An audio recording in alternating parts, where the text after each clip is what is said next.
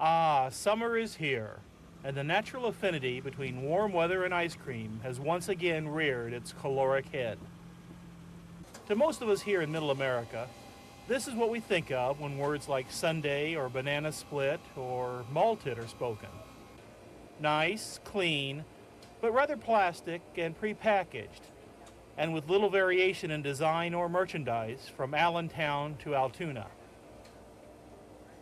But in Columbus, Indiana, a town noted for its singularity in architecture and design, there remains a unique enterprise, one that has endured time and trends for nearly a century. Welcome to Zaharako, a Columbus tradition and delight since it first opened its doors when William McKinley was president. We've been here since 1900. My grandfather and his brothers came over from Sparta, Greece, and they were in New York City for about a year or two, and they came here because they had relatives in the area, and they opened up the candy business. There was originally only candy and ice cream, and later on they expanded to sandwiches. That probably would have been the late 40s. We make our own syrups, our own ice creams. We have good hot fudge and good butterscotch. We do probably about 90% of the cooking here. We do a lot of that, and it's sandwiches and soups, basically ice cream, and we do have some candy still. The first thing you notice when you enter Zaharako, which by the way means sugar in Greek, is that this is no ordinary soda parlor. The syrup and water fountains are made of Mexican onyx, with compartments for a variety of flavors, some of which are not often heard of today. Back here in the back bar, you'll see this. This came in 1905. It was on display at the St. Louis World's Fair.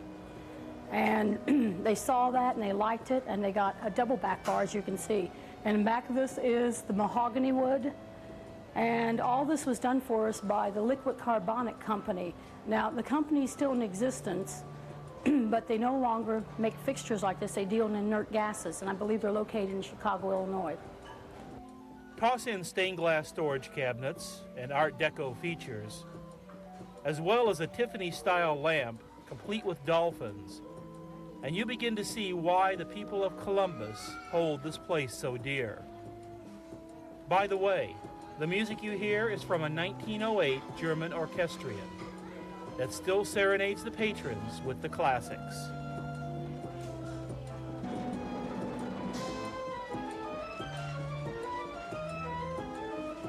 I was just a little kid when I remember coming here for that.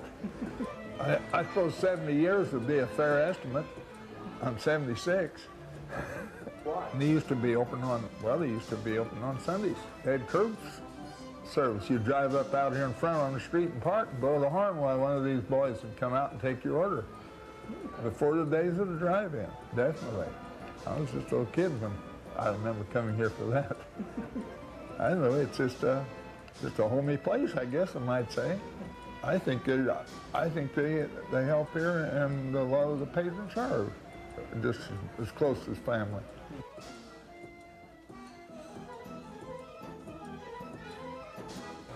It's nice to have charm, so to speak, and something different, so you're not like everybody else.